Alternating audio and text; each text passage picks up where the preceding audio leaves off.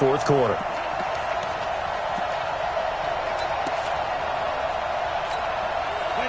The Steeler offense here about ready for their next drive.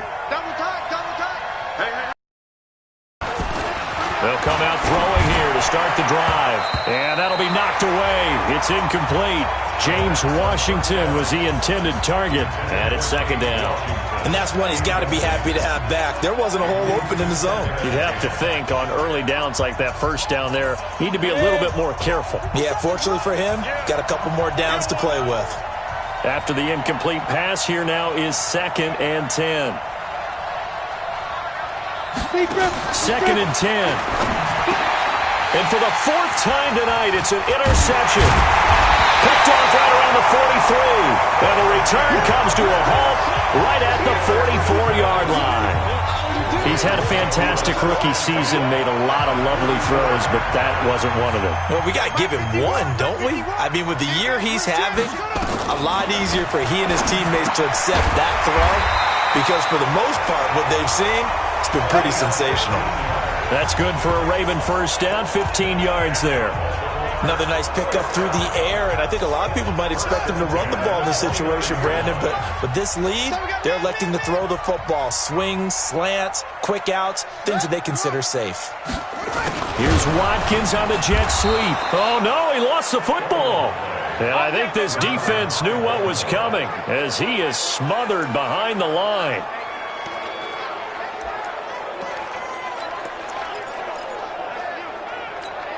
Clock continuing to run. They'll probably wind this all the way before snapping it on second down. Running from the gun, Johnson.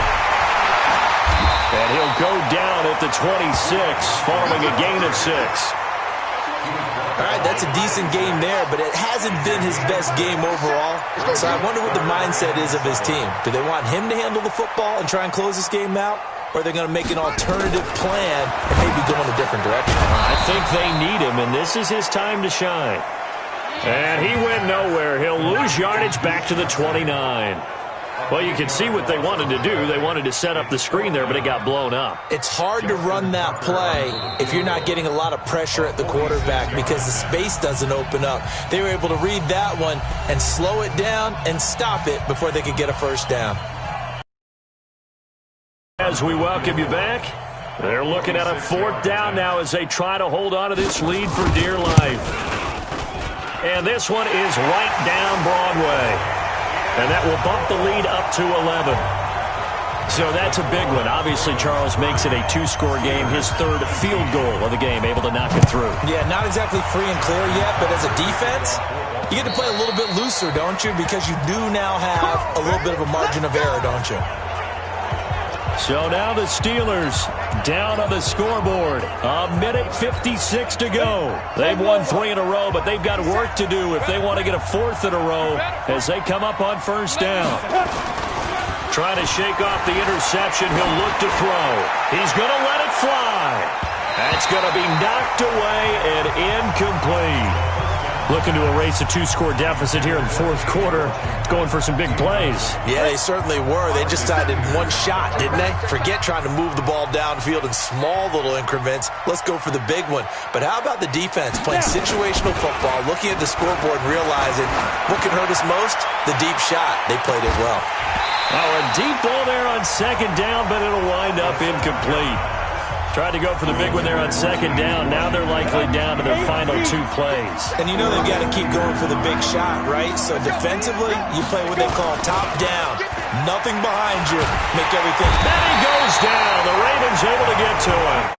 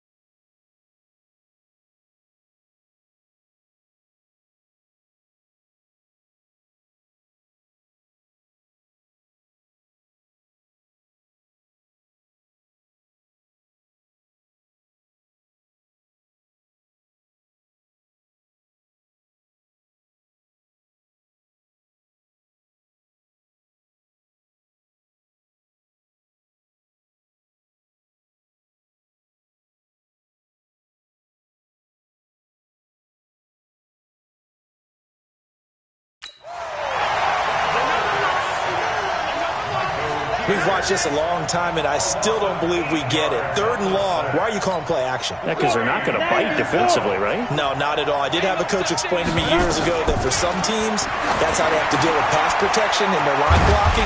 But to me, it seems silly. Yeah, well, they're silly, and it leads to a play-action sack. They had to go for it with such little time remaining, and the Ravens get the football back and in great shape. So with that, we can just about close the book on this one, Charles. Yeah, what's the old expression about slim and none? Well, Slim just left town on that one. They're down to none? Yes, exactly right. A nice burst there as they'll get about 7 that time on the first down run. A solid run on first down. Gain of 7 leaves them with a 2nd and 3. At the 27-yard line. They stay on the ground. This time it's Johnson.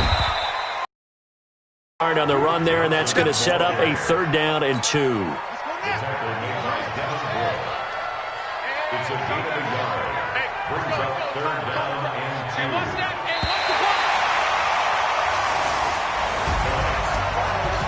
And Charles, I think when the schedule comes out, all teams, no matter where they're predicted to finish, talk about protecting your home turf. They were able to do that here in this one. Similar to a tennis match, right? Not letting them break your serve.